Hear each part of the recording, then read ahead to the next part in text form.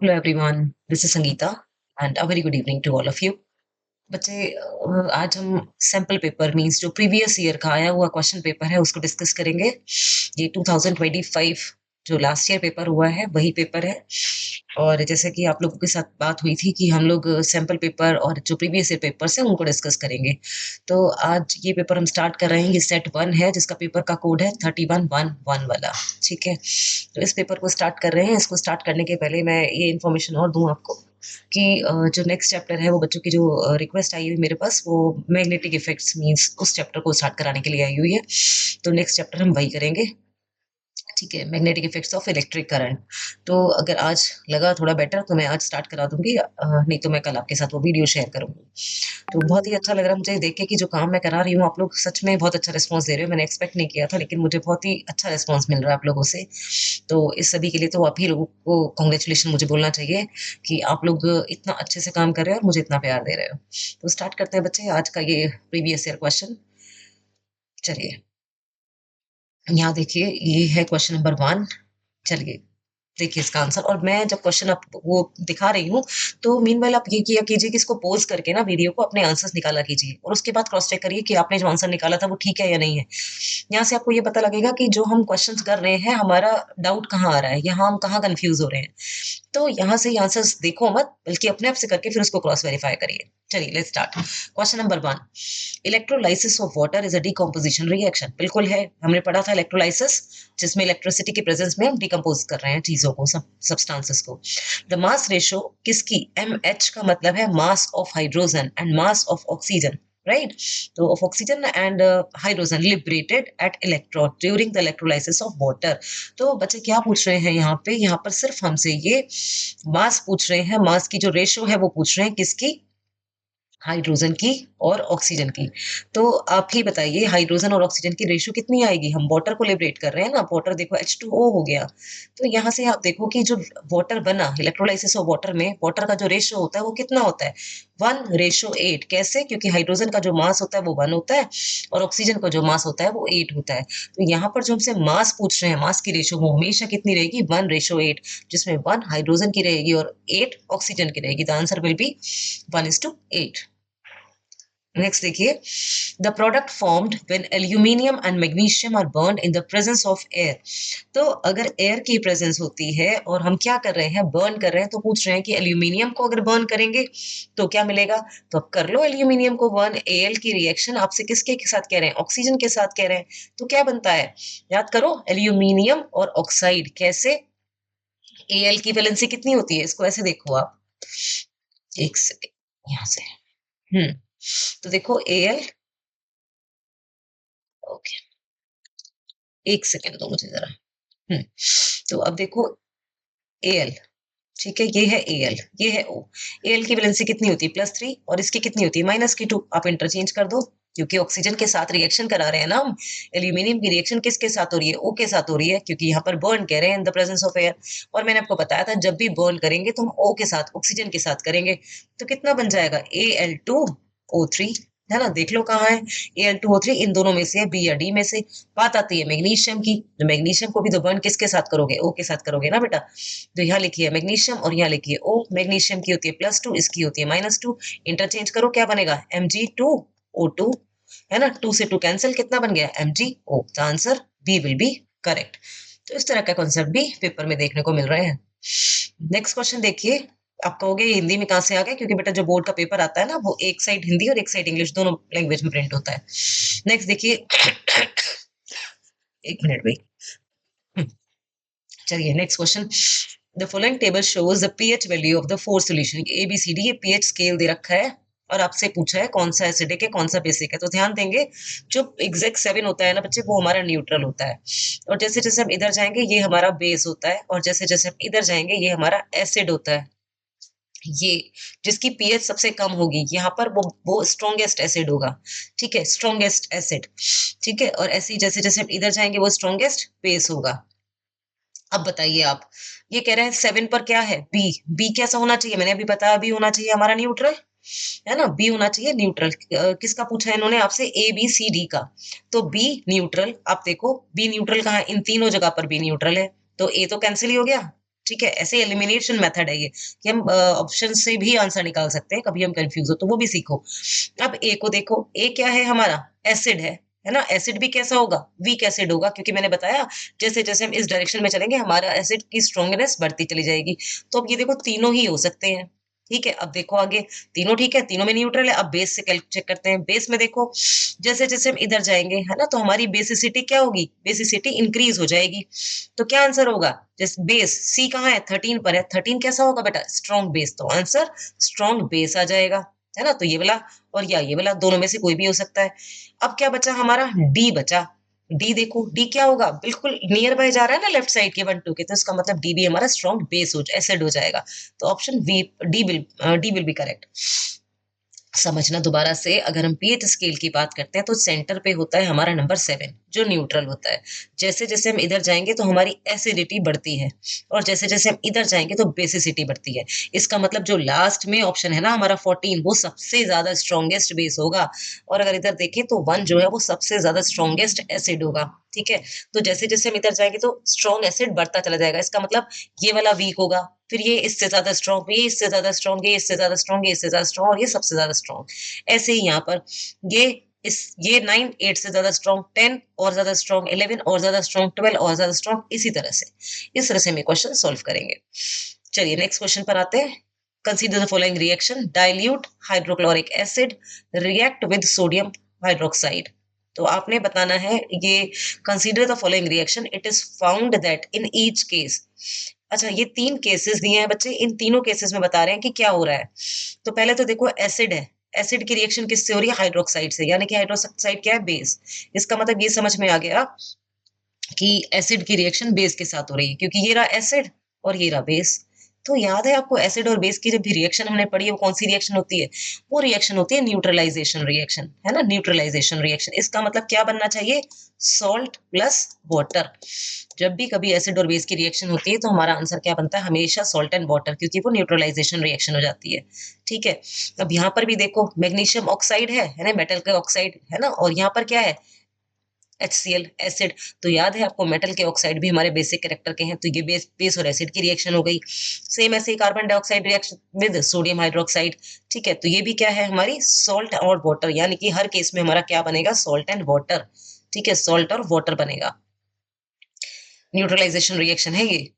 Next देखिए, reaction between two element A B and forms a compound C. देखो क्या बात कर रहे हैं कि भाई ए और बी को हमने जोड़ा और उससे कुछ सी बन गया। मुझे इतनी बात समझ में आ गई है, रिएक्शन बिटवीन कर रहे हैं हम दो एलिमेंट की, A and B, forms a compound C. वो क्या रहा है? ए लूज इलेक्ट्रॉन और बी गेन इलेक्ट्रॉन। लूज करने वाले पर प्लस चार्ज आ जाता है, गेन करने वाले पर माइनस चार्ज आ जाता है ना। चलो, which of the following properties will not show by C. तो ए सी जो है वो कौन सी प्रॉपर्टी शो नहीं करेगा? कौन सी प्रॉपर्टी शो नहीं करेगा? इसका मतलब पहले तो आप समझो कि बेटा आप ना, ये चैप्टर कार्बन एंड कंपाउंड का क्वेश्चन है। कौन सा क्वेश्चन है जिसपे पॉजिटिव चार्ज आ गया, नेगेटिव चार्ज आ गया, या मेटल नॉन मेटल से भी आप इसको रिलेट कर सकते हैं, क्योंकि बेसिकली यहाँ पर क्या बन रहा है? आयंस का एक्सचेंज हो रहा है। आयन का एक्सचेंज हो रहा है, इसका मतलब कोई आयनिक कंपाउंड बन रहा है, और आयनिक कंपाउंड की प्रॉपर्टीज मैंने आपको बहुत अच्छे से लिखवाई है कार्बन वाले चैप्टर में। तो यहाँ पर नॉट पूछा है, इनमें से कौन सा ऐसा नहीं होगा। जब आपको बताया था ना आयनिक कंपाउंड और कोवेलेंट कंपाउंड के बारे में, मैंने कहा था कि जो आयनिक बॉन्ड बनते हैं वो स्ट्रॉन्ग बॉन्ड होते हैं, क्योंकि उसमें ट्रांसफर ऑफ इलेक्ट्रॉन हो जाता है, और कोवेलेंट बॉन्ड वीक बॉन्ड होते हैं, क्योंकि वहां पर शेयरिंग हो रही होती है। तो अब देखो, आयनिक बॉन्ड का मेल्टिंग पॉइंट हाई होता है, हाईली सोल्यूबल इन वाटर होते हैं, वीक इलेक्ट्रोस्टैटिक फोर्स। तो यही वाला आंसर हो जाएगा, क्योंकि ऐसा नहीं होता, इलेक्ट्रिसिटी मोल्टन स्टेट में कंडक्ट करते हैं। तो ये आयनिक कंपाउंड की प्रॉपर्टी के ऊपर क्वेश्चन पूछा गया है। अब आप सोचो, हमने कार्बन कंपाउंड चैप्टर पढ़ा है, हमने समझ भी लिया, हमने आयनिक कंपाउंड और कोवेलेंट बॉन्ड मीन्स ये याद भी कर लिए, लेकिन हम क्वेश्चन को रिलेट कैसे करेंगे कि ये क्वेश्चन वही पूछा जा रहा है? यहाँ फंसते हो आप लोग, है ना? यहीं फंसते हो। तो फंसना नहीं है, समझ लेना है। जैसे मैंने अब यहाँ पर क्या किया, मैंने कैसे समझा उसको समझो। मैंने ये देखा, इसको रब करते हैं, चलो 1 मिनट मैं आपको समझाती हूँ, क्वेश्चन को रिलेट कैसे करोगे आप। देखो, क्वेश्चन पढ़ो, रिएक्शन बिटवीन टू एलिमेंट। जब भी रिएक्शन की बात हो रही है इसका मतलब मैंने क्या किया, ए प्लस बी कर दिया, रिएक्शन हो रही है, and forms a compound C, इसका मतलब इन दोनों से कोई सी कंपाउंड बन गया। ए लूज इलेक्ट्रॉन, दिमाग वहीं चल जाना चाहिए, एकदम ऐसे घंटा बजना चाहिए दिमाग का कि भैया लूज कर रहा है इलेक्ट्रॉन, और इलेक्ट्रॉन लूज करने वाले तो मेटल होती हैं, इलेक्ट्रॉन लूज करने वाले के ऊपर तो प्लस चार्ज होता है, तो इसका मतलब ए के ऊपर तो प्लस चार्ज आना चाहिए, और बी क्या कर रहा है, गेन कर रहा है, तो इसके ऊपर माइनस का चार्ज आना चाहिए। इसका मतलब यहाँ पर तो चार्ज आ रहे हैं, चार्ज का मतलब आयंस आ रहे हैं, इसका मतलब जब ए कुछ इलेक्ट्रॉन दे रहा होगा तो बी उतने इलेक्ट्रॉन ले रहा होगा, और तब जाके कुछ सी बना होगा। तो इसका मतलब आयंस हो रहे हैं ना, आयंस कंबाइन हो रहे हैं, आयंस मिल रहे हैं, तो ये क्या बना, आयनिक कंपाउंड बना। यहाँ से हमें क्लिक कर जाना चाहिए कि भाई ये वही वाला क्वेश्चन है, ठीक है। और एक और चीज आप आयन की याद रखो कि ये इलेक्ट्रिसिटी जो कंडक्ट करते हैं ना, वो केवल मोल्टन स्टेट में करते हैं। यहाँ से भी आप समझ सकते हो कि ये आयनिक कंपाउंड का क्वेश्चन है। तो कुछ कुछ चीजें ना, कीवर्ड्स अपने याद रखो कि कहाँ से हम क्वेश्चन को रिलेट कर पाएंगे कि ये कौन सा क्वेश्चन है। चलिए नेक्स्ट देखते हैं, six question. The metals obtain from their molten chloride by the process of electrolytic reduction. तो कौन सी ऐसी मेटल है, पूरा क्वेश्चन दो बार पढ़ो और उसमें से उन वर्ड को छांट लो जिन वर्ड का मीनिंग आपको पता है। जैसे मैंने अंडरलाइन कर दिया किस पे, इलेक्ट्रोलाइटिक रिडक्शन, ये मेरे को समझ में आ गया। इलेक्ट्रोलाइटिक रिडक्शन का मतलब क्या हो गया भाई, हम तो मेटल को ऑब्टेन कर रहे हैं, पहली बात तो यही आ गई। मेटल को ऑब्टेन करने का मतलब एक्सट्रैक्शन ऑफ मेटल है। एक्सट्रैक्शन ऑफ मेटल का क्या मतलब हुआ कि हम मेटल को तीन तरीके से कर रहे थे ना एक्सट्रैक्ट, कैसे कर रहे थे, इलेक्ट्रोलाइटिक रिडक्शन के थ्रू, है ना, या रोस्टिंग के थ्रू, या कैल्सिनेशन के थ्रू, है ना। हमारे पास तीन तरह की हमने डिवाइड किया हुआ था मेटल को, हाईली रिएक्टिव, मॉडरेट रिएक्टिव और लीस्ट रिएक्टिव। तो हाईली रिएक्टिव वाली जो मेटल होती है ना, उनका हम करते हैं इलेक्ट्रोलाइटिक रिडक्शन। तो बस अब इनमें से ढूंढ लो हाईली रिएक्टिव कौन सी है, और उसके लिए याद करो एक ट्रिक थी, है ना, वो ट्रिक कौन सी है, वो के एन ए वाली जो ट्रिक है ना, ऐसे कटरीना ने कार मांगी, ऐसे वाली जो ट्रिक है ना, आप याद करो उस रिएक्टिविटी सीरीज को। तो यहाँ से हमें पता लग गया कि भाई हाईली रिएक्टिव कौन से हैं, कैल्शियम और मैग्नीशियम, तो answer B will be correct. ठीक है, option B will be correct. ये कैसे पता लगा हमने, क्योंकि जो हाई रिएक्टिव हैं उनका इलेक्ट्रोलाइटिक रिडक्शन होता है। ठीक है, ये मेटल नॉन मेटल चैप्टर में पढ़ाऊंगी, उसमें आपको फिर से एक बार समझाऊंगी, बट यहाँ से कुछ कुछ क्वेश्चंस की प्रैक्टिस करते चलो। चलो नेक्स्ट क्वेश्चन देखो, the formation of magnesium oxide. अब देखो ये क्या बना है, मैग्नीशियम और ऑक्साइड, और अभी हमने ऊपर के क्वेश्चन में देखो मैग्नीशियम ऑक्साइड बनाया था, ध्यान है तो। कहाँ बनाया था देखो जरा तो, ये रहा, ये बनाया था मैग्नीशियम ऑक्साइड, ये बना ना, एमजीयू। एमजीयू क्या है, मैग्नीशियम ऑक्साइड। वही क्वेश्चन यहाँ पर देखो कैसे आया है, the formation of magnesium oxide is correctly shown. इनमें से किसमें मैग्नीशियम करेक्टली शोन हो रहा है। अब आप देखो, मैग्नीशियम, इसका एटॉमिक नंबर कितना है, 12, है ना, और ऐसे ही इसका एटॉमिक नंबर निकाल लो, कितना होगा, एटॉमिक नंबर 8, है ना। इसका क्या है, 2, 8, 2, और इसका कितना बनेगा, 2 और 6। क्या चीज है ये, इलेक्ट्रॉनिक कॉन्फ़िगरेशन। अब आप देखो बेटा, इसको अपना ऑक्टेट कंप्लीट करने के लिए इस 2 को रिमूव करना पड़ेगा, और इसको अपना ऑक्टेट कंप्लीट करने के लिए 2 इलेक्ट्रॉन की जरूरत है ना। इसका मतलब ये 2 इलेक्ट्रॉन इधर दे देगा, तो Mg के ऊपर कितना चार्ज आना चाहिए, प्लस का 2, और ये क्या कर रहा है, 2 इलेक्ट्रॉन ले रहा है, इसके पास कितना चार्ज आना चाहिए, माइनस के 2। अब आप देखो Mg+2 कहाँ दे रहा है, Mg+2 इसमें दे रहा है, इसमें नहीं दे रहा है, करेक्ट रॉन्ग हो जाएगा, इसमें तो कुछ और ही हो गया, ये रॉन्ग हो जाएगा, इन दोनों में दे रहा है, तो इन दोनों में से कोई एक आंसर हो सकता है। चलो ठीक है, देखते हैं अब Mg तो बात हो गई, O कितनी है, एक, यहाँ पर देखो एक, यहाँ तो ऑक्सीजन ही 2 कर दी, है ना, तो ये ऑप्शन ऐसे रॉन्ग हो जाएगा, हमारा आंसर ये करेक्ट हो जाएगा। अब ये तो थी एलिमिनेशन मेथड वाली बात, लेकिन दिमाग लगाओ अब कैसे हुआ होगा। देखो Mg 2 इलेक्ट्रॉन किसको दे रहा है, ऑक्सीजन को। ये ऑक्सीजन के कितने गिन लो, कितने, 1 2 3 4 5 6, यहाँ हमने वही मेंशन किए थे 6। तो Mg के ऊपर कितना चार्ज आ जाएगा, प्लस का 2, O के ऊपर कितना चार्ज आ जाएगा, माइनस का 2। तो आप ऐसे भी इन क्वेश्चन को सॉल्व कर सकते हो। देखने में कॉम्प्लिकेटेड है, लेकिन आपको अगर कंसेप्ट क्लियर है ना, तो भाई गलती कर ही नहीं सकते आप। चलो नेक्स्ट देखते हैं, secretion of less saliva in mouth will effect the conversion of. अब ये सलाइवा, ये पता होना चाहिए कि हमारा सलाइवा जो है माउथ में बनता है, उसका काम क्या है। देखो सलाइवा का काम होता है, सलाइवा के अंदर होता है सलाइवरी एमाइलेज, और सलाइवरी एमाइलेज का काम क्या है कि ये जो हमारा फूड है उसको ब्रेक डाउन करता है, बेसिकली कार्बोहाइड्रेट को, है ना, जो हमारे माउथ में कार्बोहाइड्रेट है स्टार्च फॉर्म में, उसको कन्वर्ट करता है शुगर में। तो इंपॉर्टेंट है इसका काम, स्टार्च को शुगर में, और कौन कर रहा है बच्चे, ये एंजाइम है salivary amylase. Salivary amylase. Salivary amylase एक एंजाइम है जो सलाइवा में प्रेजेंट है, जो कार्बोहाइड्रेट को या स्टार्च को सिंपल शुगर में कन्वर्ट करता है या शुगर में कन्वर्ट करता है। शुगर भी पर्टिकुलरली कौन सी शुगर, माल्टोज शुगर में कन्वर्ट करता है। तो आप इतना ध्यान रखिए कि सलाइवरी अमाइलेज कार्बोहाइड्रेट को शुगर में कन्वर्ट करता है। कहाँ प्रेजेंट होता है, सलाइवा में। इसीलिए बोलते हैं हमारा जो फूड है उसका डाइजेशन कहाँ शुरू हो जाता है, माउथ में। और सबसे पहले किसका डाइजेशन शुरू होता है, कार्बोहाइड्रेट का। ठीक है, ये स्टार्च का। कार्बोहाइड्रेट और स्टार्च एक ही बात है। चलिए नेक्स्ट क्वेश्चन देखते हैं। The plant hormone whose concentration stimulate the cell to grow longer on the side of the shoot which is away from the light. ये इंपॉर्टेंट है, इसको अंडरलाइन करेंगे कि लाइट से जो दूर रहता है, जो शेडी एरिया में चला जाता है सनलाइट के पड़ते ही, वो कौन सा हार्मोन है, वो ऑक्सिन। ये प्लांट हार्मोन है। ऑक्सिन क्या है, एक प्लांट हार्मोन है जो सेल की इलोंगेशन में हेल्प करता है। प्लांट के टिप्स पर होता है, इलोंगेशन में हेल्प करता है। जब सनलाइट पड़ती है ना ऊपर, तो वो शेडी रीजन में सन की ऑपोजिट डायरेक्शन में मूव कर जाता है और पार्ट ऊपर की तरफ ग्रो करना शुरू हो जाता है। तो ये है हमारा ऑक्सिन।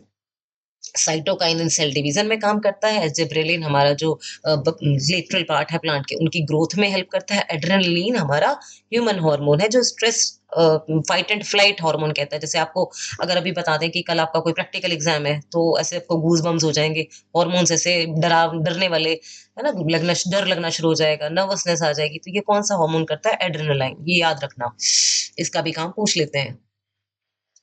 चलो नेक्स्ट क्वेश्चन देखते हैं। द करेक्ट और true statements for bisexual flower is.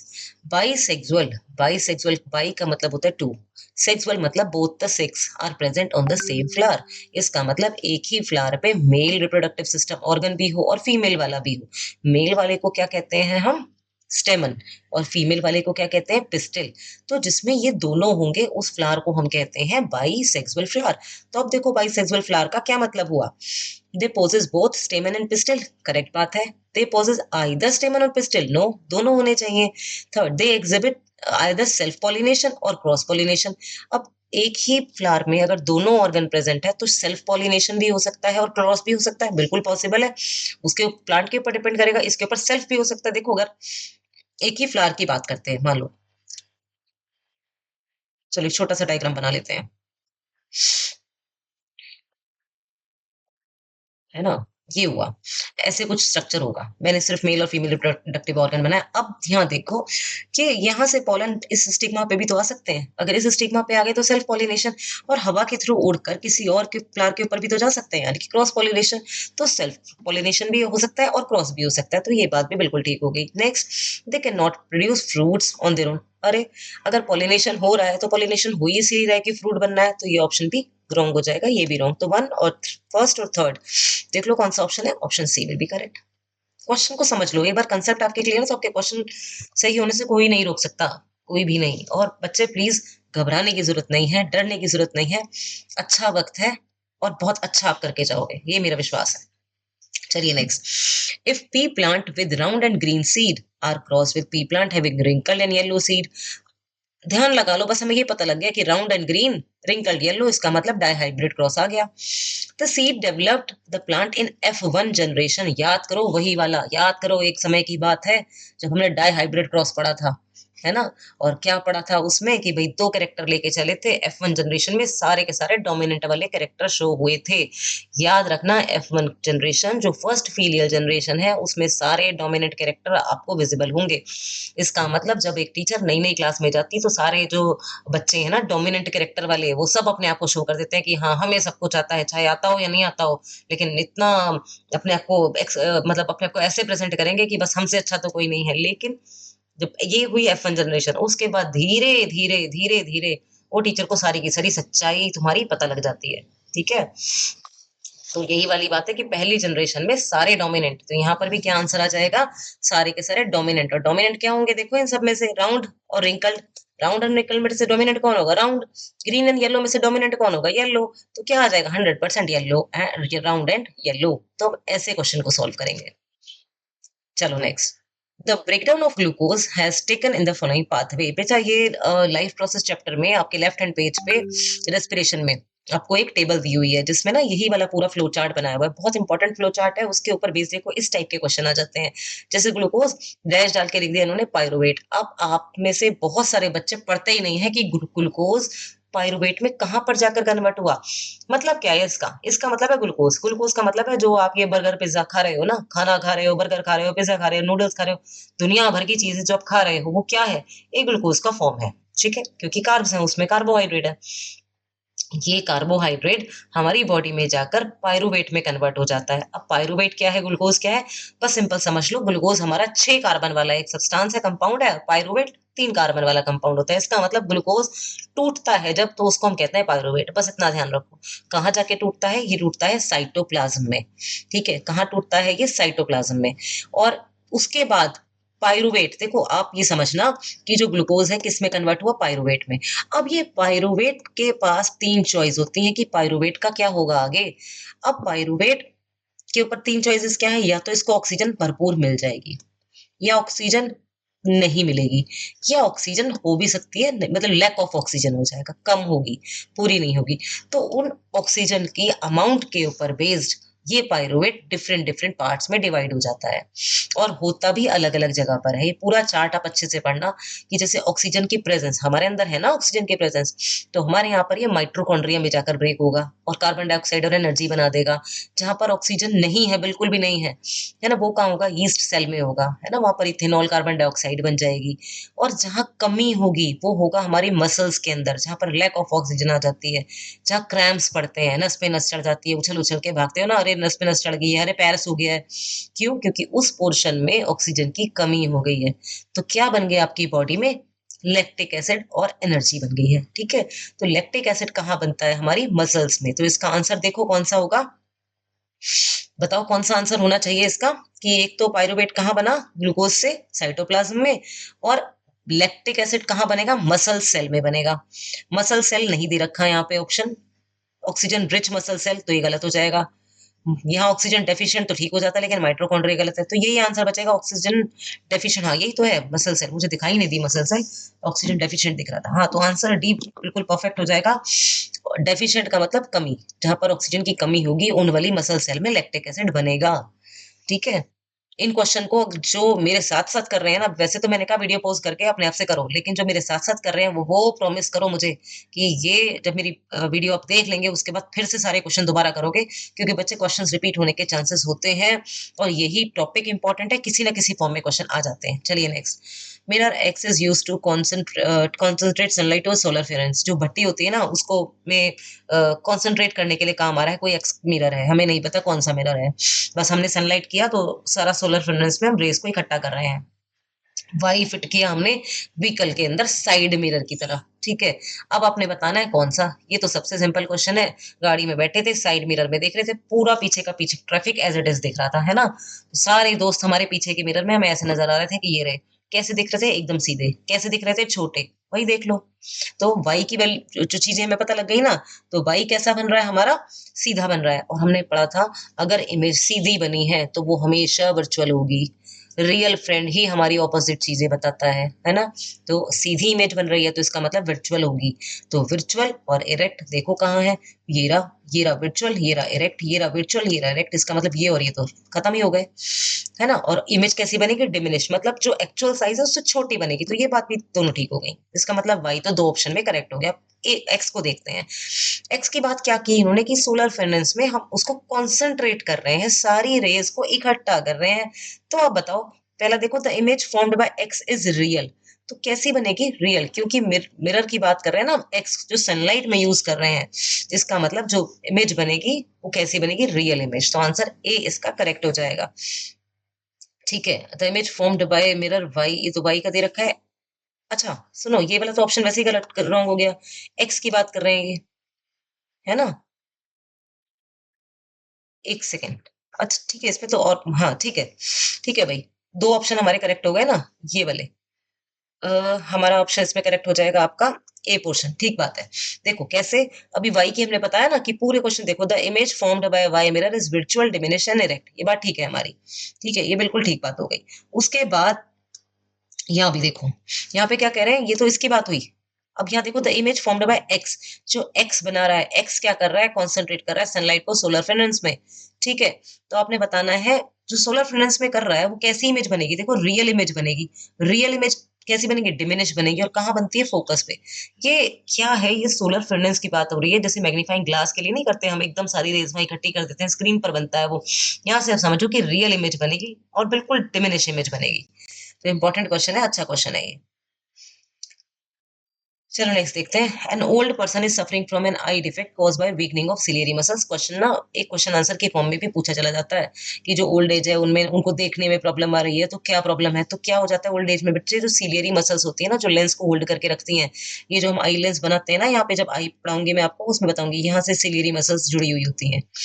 ठीक है, तो ये जो सिलियरी मसल्स हैं एज के साथ साथ वीक हो जाती हैं। जब ये वीक हो जाएंगी ना तो लेंस को एडजस्ट नहीं कर पाएंगी, इसीलिए देखने में प्रॉब्लम आने लगती है। ठीक है, तो ये वीकनिंग हो गई है। And diminish flexibility of eye lens, वही बात है। If the defect of the vision is a which can be corrected bye, अच्छा डिफेक्ट का नाम बोल रहे हैं, डिफेक्ट कौन सा होगा, which can be corrected bye ये। तो ए और बी क्या होंगे, देखो जब ओल्ड एज में ऐसी चीजें होती हैं तो क्या होता है, उनको हम बोलते हैं प्रेस बायोपिया। इसका मतलब देखो पास की और दूर की दोनों की नजर कमजोर हो जाती है, जिसको हम बोलते हैं प्रेस बायोपिया। और इसमें जो यूज करते हैं हम बायफोकल लेंस, बायफोकल लेंस इसमें हम यूज करते हैं चश्मे में। ठीक है, दोनों लेंस एक ही चश्मे में, जैसे पास की दूर की नजर कमजोर हो जाती है, आपने देखा होगा, तो चश्मे में बन जाता है ना, जो चश्मा बनता है उसमें इस तरह का लेंस लग जाता है कि दोनों एक नीचे एक ऊपर, है ना। तो इस तरह के लेंसेज इसमें हम लगा लेते हैं। चलो नेक्स्ट देखते हैं। विच of the following groups do not constitute a food chain. आपको ये चार ऑप्शन दे रखे हैं, आपको बताना है इनमें से किस में फूड चेन नहीं बनेगी। देखो यहाँ फर्स्ट में तो सबसे पहले ग्रास से शुरू होगी। प्लांट चेन जो भी फूड चेन होती है ना, वो हर्बीवोर्स में हर्ब से शुरू होती है, ग्रास से शुरू होगी। ग्रास को रैबिट खा लेगा, रैबिट को वुल्फ खा लेगा, वुल्फ को लायन, तो ये तो बन जाएगी। सेकंड भी देखो बन पाएगी या नहीं बन पाएगी, क्योंकि आंसर हमसे नॉट का पूछा है। अब यहाँ शुरू कहाँ से होगी, प्लैंकटन से शुरू होगी। प्लैंकटन को कौन खाएगा, ग्रास होपर। अब ग्रास होपर का ना तो फिश खा सकती ना तो मैन, तो ये तो रॉन्ग हो गया। अब यहाँ देखो ये ग्रास, ग्रास को कौन खा लेगा, ग्रास ऊपर, ग्रास ऊपर को फ्रॉग, है ना। फ्रॉग को स्नेक, स्नेक को हॉक, तो ये भी ठीक हो जाएगा। एक मिनट, हाँ। तो देखो ये कुछ एक मिनट देखो जरा इसको, ग्रास है ना, ग्रास को कौन खाएगा, ग्रास ऊपर को फ्रॉग, फ्रॉग को स्नेक। ठीक है, तो हो सकती है। ठीक है, ग्रास, स्नेक, वुल्फ और टाइगर। ग्रास को ये तो कोई भी नहीं खाएगा, ना ग्रास को स्नेक खाएगा ना ये पॉसिबल नहीं है। तो इसका आंसर हो गया 1 और 3। बी ऑप्शन करेक्ट होगा, बी ऑप्शन करेक्ट हो जाएगा। इस तरह से आंसर्स निकाल सकते हो आप।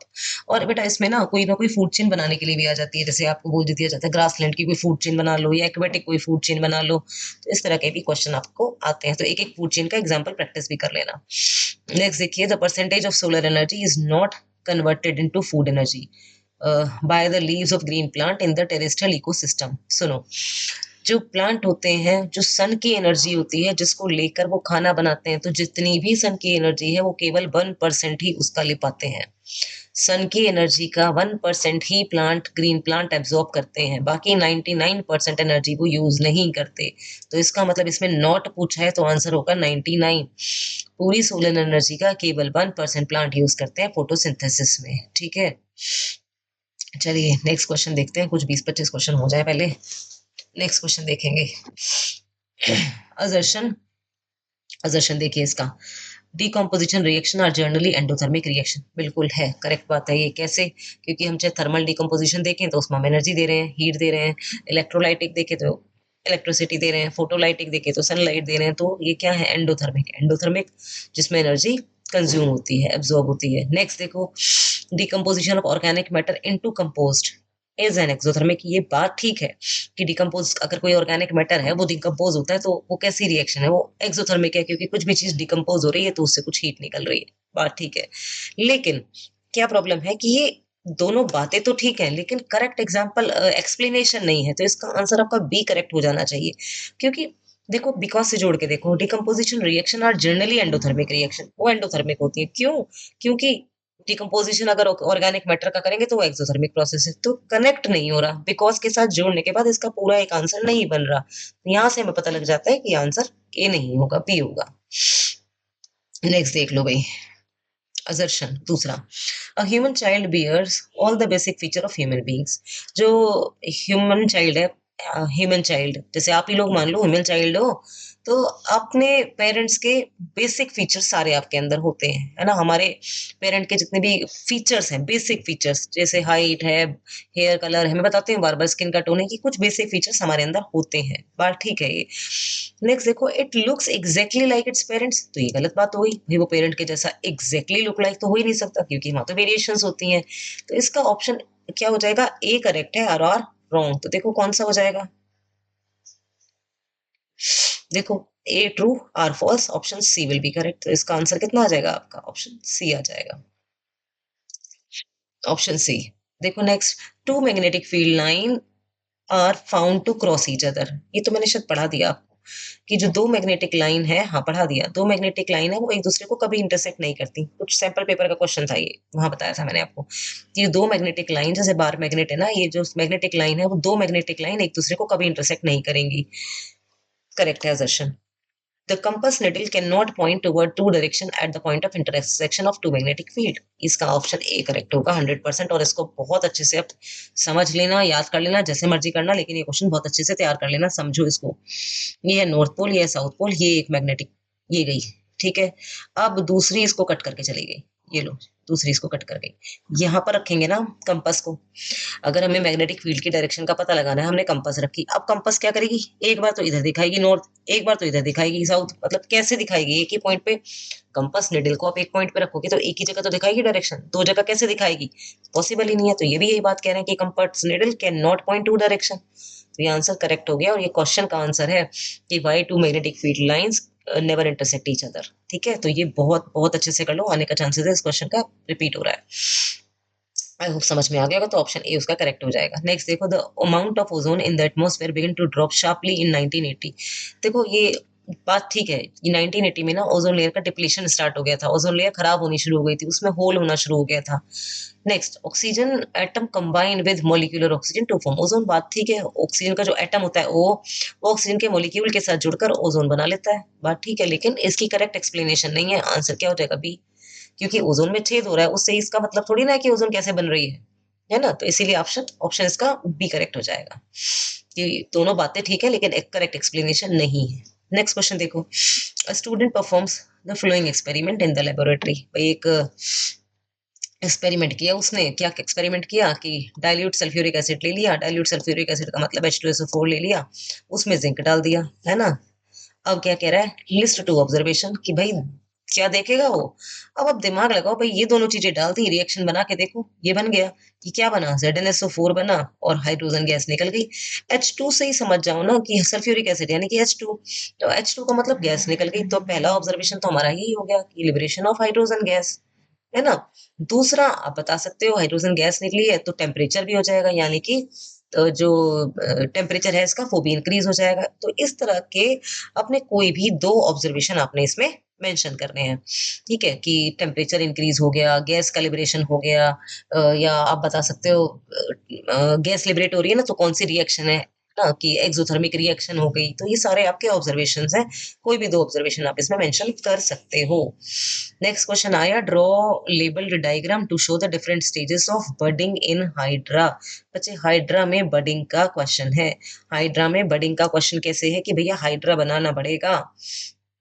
हाइड्रा, हाइड्रा कैसे? हाइड्रा पता है ना आपको, ये सेक्सुअल रिप्रोडक्शन का टाइप है ये, है ना? ऐसे वो हाइड्रा बन जाता है। हाइड्रा कहाँ बनाए? चलो थोड़ा सा छोटा सा बना के आपको थोड़ा सा समझा देते हैं हाइड्रा का कैसे स्ट्रक्चर है। तो ये हाइड्रा का ऐसे स्ट्रक्चर रहेगा, उसमें ये टेंटिकल्स निकले होते हैं, यहाँ पर एक बर्ड निकल जाती है और धीरे धीरे क्या होता है, यही जो बर्ड है ना, ये इसकी बॉडी पर ग्रो करती है ना? ग्रो करती है, जब ये ग्रो कर लेती है ना, मेच्योर हो जाती है, तो यहीं से डिटैच होके नीचे गिर जाती है और नीचे गिर के एक नया हाइड्रा बना लेती है। ये है ये स्ट्रक्चर, ठीक है? तो आपने ये पूरा स्ट्रक्चर ड्रॉ करना है, उसमें मेंशन करना है पेरेंट बॉडी, टेंटिकल, बर्ड, इस तरह से आप इसको पूरा प्रॉपर डायग्राम बनाओगे। अच्छा क्वेश्चन है। नेक्स्ट देखो, थक तो नहीं गए हो? पानी वानी पी लो, थोड़ा सा रिलैक्स हो जाओ और मुझे जेन्युइनली बताना, जिन बच्चों ने खुद से ये क्वेश्चंस किए हैं पोज करके वीडियो को या बाद में भी, तो कितने क्वेश्चंस करेक्ट हुए होंगे, है ना? मैं वेट करूंगी आप लोगों के मैसेज का कि कितने क्वेश्चंस करेक्ट हुए हैं, ये आप मुझे बताएंगे इसी वीडियो के कमेंट में करके मुझे बताइएगा प्लीज। नेक्स्ट क्वेश्चन देखो, next question, beside minimising the loss of blood, जो ब्लड का लॉस हो रहा है उसको मिनिमाइज करने के लिए, उसको कम करने के लिए, why is it essential to plug any leak in a blood vessel, कि अगर ब्लड वेसल कहीं से रप्चर हो रही है ना, उसको प्लग करना, उसको जोड़ना क्यों जरूरी है? ठीक है, बताओ जरा क्यों जरूरी है भाई? क्यों जरूरी होगा कि अगर कहीं पर लीक होगा ना तो ब्लड का प्रेशर कम हो जाएगा, क्योंकि ब्लड तो बड़े प्रेशर के साथ आ रहा है, कहीं लीकेज होगी तो वहां प्रेशर कम हो जाएगा। तो अगर लीकेज होगी तो ब्लड का प्रेशर कम हो जाएगा। ठीक है, और ठीक है ये, और नेम द कंपोनेंट जो हेल्प करता है इस प्रोसेस में। तो लीकेज को पंप प्लग करने के लिए कौन काम करेगा? ये प्रोसेस क्या रहेगा? कंपोनेंट होगा हमारी प्लेटलेट्स। और प्रोसेस क्या है इसका? क्लॉटिंग। तो यहाँ पर इन्होंने एक वर्ड यूज कर दिया, प्लग। ये प्लग कुछ नहीं है बच्चे, ये प्लग क्या है हमारा? वही क्लॉटिंग का ही काम कर रहा है ना? प्लग क्या कर रहा है? क्लॉट का काम कर रहा है। चलिए नेक्स्ट देख लेते हैं। The transport system in plant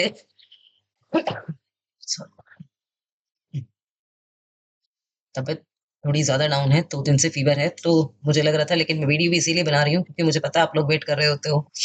तो आज पूरे पहले मैंने सोचा था कि मैग्नेटिक इफेक्ट्स का बना लूं, लेकिन नहीं लगा टाइम। इसलिए मुझे था कि चलो एटलीस्ट सैंपल पेपर करके बच्चों की कुछ प्रैक्टिस हो जाए, वेस्ट ना हो, आप लोगों का टाइम थोड़ा थोड़ा यूटिलाइज हो जाए। तो चलिए करते हैं, जितनी देर बैठा जा रहा है मैं कोशिश कर रही हूँ, आप बस मेरे साथ साथ करते चलिए। The transport system in plant is relatively slower than animals. जो ट्रांसपोर्ट सिस्टम है प्लांट का, प्लांट में क्या चीज ट्रांसपोर्ट हो रही है? प्लांट में ट्रांसपोर्ट हो गया तो वाटर या तो फूड, है ना? वाटर एंड मिनरल कौन कर रहा है? जाइलम। खाना कौन ट्रांसपोर्ट कर रहा है? फ्लोएम। तो वही चीजें कर रही हैं। अब ये कह रहे हैं कि जो उनका ट्रांसपोर्टेशन सिस्टम है वो स्लो है एनिमल से। क्यों होगा ही? क्यों होगा? क्योंकि भाई बहुत सारी तो उसमें डेड सेल्स हैं, है ना? क्योंकि देखो जाइलम के अंदर भी डेड सेल है, फ्लोएम के अंदर भी डेड सेल्स हैं। और दूसरी बात कि ये जो सेल होती है ना, वो एक जगह से दूसरी जगह भी नहीं जा रही। ठीक है, तो क्या होगा? इसीलिए इनको एनर्जी कम चाहिए होती है और इसीलिए इनका ट्रांसपोर्टेशन सिस्टम भी स्लो होता है ना? तो यही है इनका, इसका आंसर भी आप जो मेंशन करेंगे यही होगा कि प्लांट्स की जो लो एनर्जी होती है वो क्यों होती है? Because it has many dead cells. यहाँ पर आप बता देंगे कि इसमें बहुत सारी डेड सेल्स होती है, इसीलिए। किसमें कहाँ होती है dead cells? In many tissues. कौन से टिश्यूज होते हैं वो? जाइलम और फ्लोएम, है ना? इस तरह के जो टिश्यूज होते हैं उसमें बहुत सारी डेड सेल्स होती हैं, और इसीलिए प्लांट को कम एनर्जी की जरूरत होती है, और इसीलिए इनका जो ट्रांसपोर्टेशन सिस्टम होता है वो भी स्लो होता है। नेक्स्ट देखो, state the role of phloem. अभी मैंने बताया फ्लोएम का काम क्या है? Transportation of food in both the parts, ऊपर एरियल पार्ट में भी और नीचे वाले पार्ट में भी बाय डायरेक्शनल काम करता है। और प्रोसेस को क्या कहते हैं? ट्रांसलोकेशन। ये एक टर्म पूछी गई थी, what is the meaning of translocation? तो ट्रांसलोकेशन क्या है? Transfer of food in upward direction or lower direction by the phloem tissue is called translocation, कि दोनों डायरेक्शन में फूड का ट्रांसपोर्ट करता है फ्लोएम। आई होप कि यहाँ तक के क्वेश्चंस आपको क्लियर हो गए होंगे। मैं सोच तो रही हूँ करा देते हैं, चलो एक दो क्वेश्चंस कुछ तो कर लेते हैं। चलिए देखिए क्वेश्चन नंबर 24 क्या कह रहा है। क्वेश्चन नंबर 24 में कह रहा है एक ऑब्जेक्ट है जिसको हमने 60 सेंटीमीटर की डिस्टेंस पर रखा। ऑब्जेक्ट है, इसका मतलब यू दे दिया कितना? 60। कौन सा लेंस है? Concave lens. ठीक है, फोकल लेंथ 30।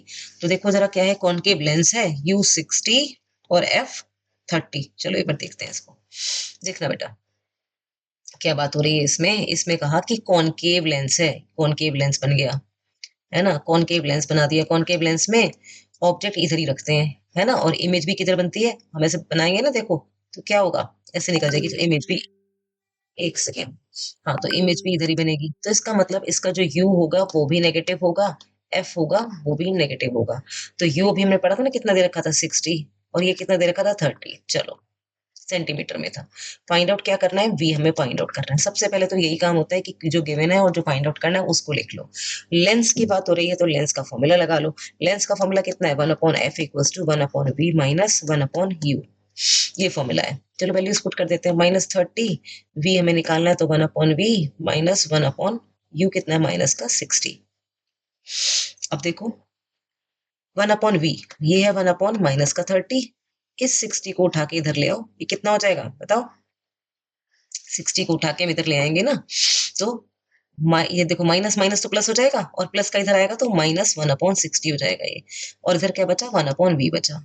तो अगर हम इसको ठीक करके लिख लें, चलो चेंज कर लेते हैं इसको, हम लिख लेते हैं। क्या बन गया? 1/v equals to 1/ minus minus 30 minus 1/60। LCM लेना आता है, एलसीएम लो। 30 और 60 का एलसीएम 60 आ गया, माइनस के कितना आ जाएगा? 32 से 60, है ना, और -1। ये किसकी वैल्यू आई हमारी? 1/v की वैल्यू आई।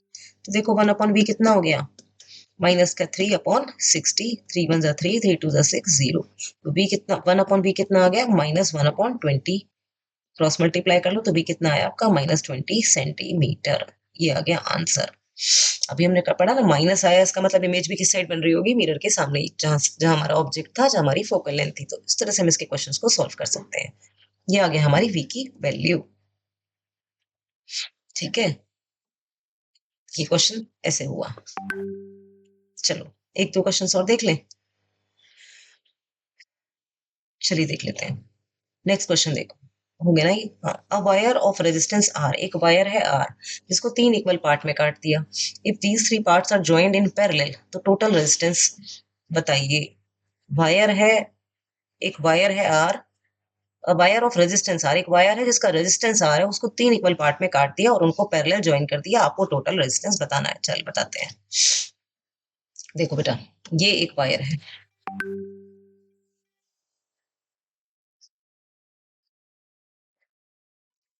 ये, एक मिनट बेटा, एक मिनट होल्ड कर, एक सेकेंड बस। हेलो, हाँ हाँ, आ जाओ।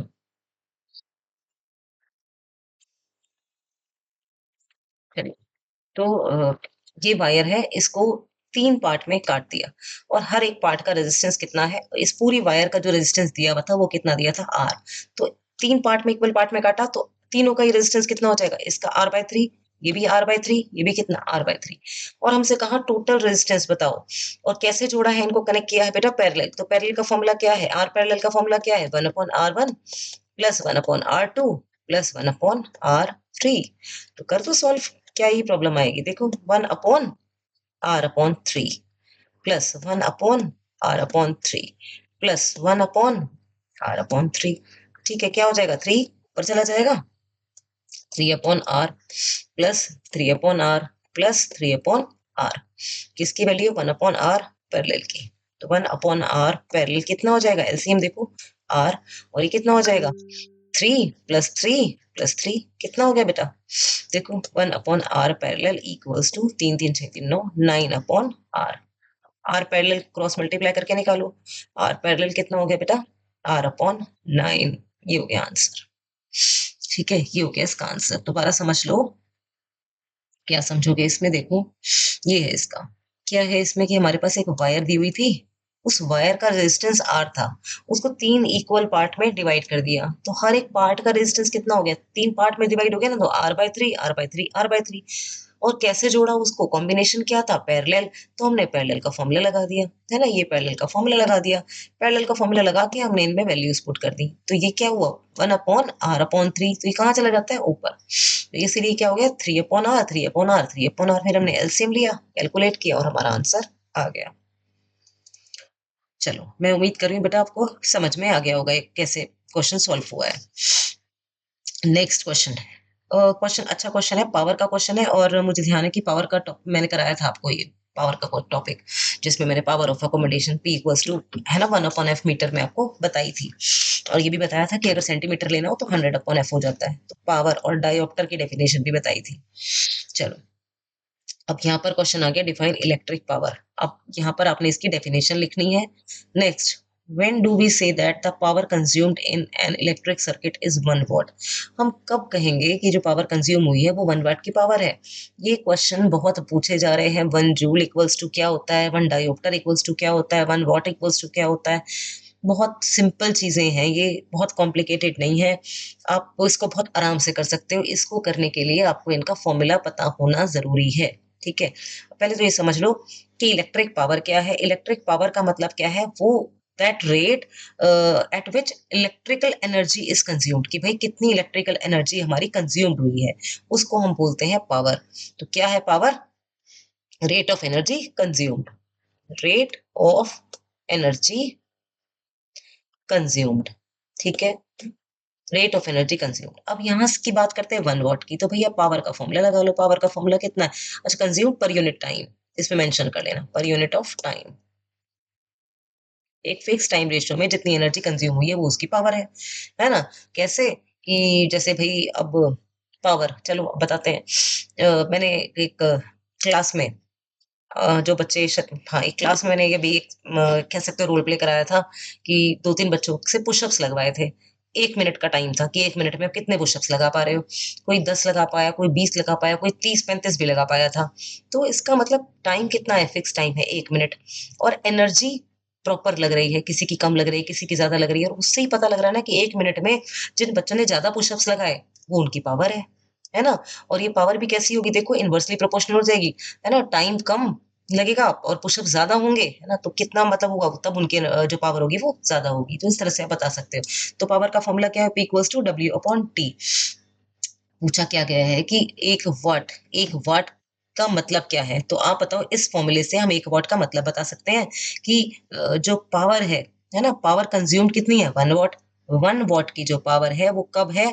जब 1 जूल एनर्जी 1 सेकंड में कंज़्यूम हो रही हो। 1 जूल एनर्जी ये देखो यहाँ से समझो इसको चलो थोड़ा-सा और। जो P होता है उसकी यूनिट कितनी है? W what.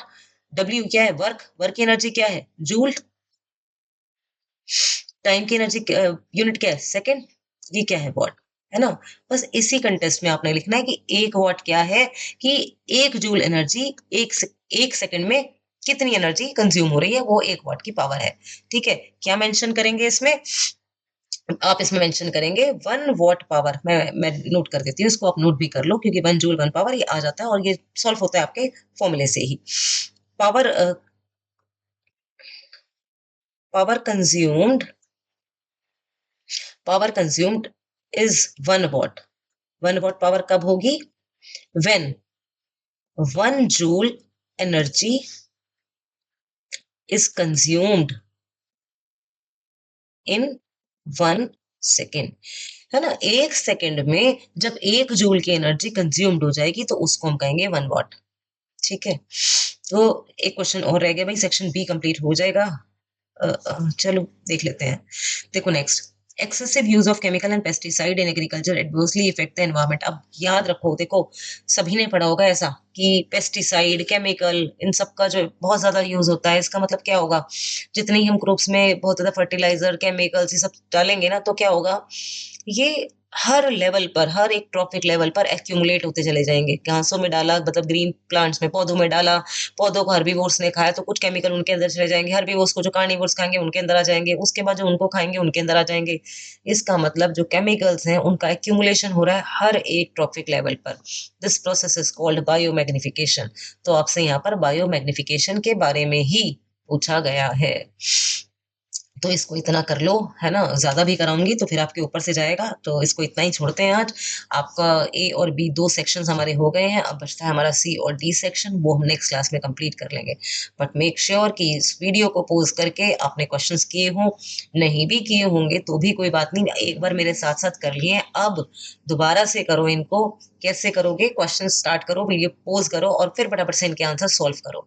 फिर अब बताओ कि आप कितने क्वेश्चंस कर पाए हो, आपके कितने क्वेश्चन सही आए और कितने गलत, और प्रॉपर मेंशन करो आप इसको कि हाँ आपके इतने क्वेश्चंस ठीक आ गए हैं। ठीक है?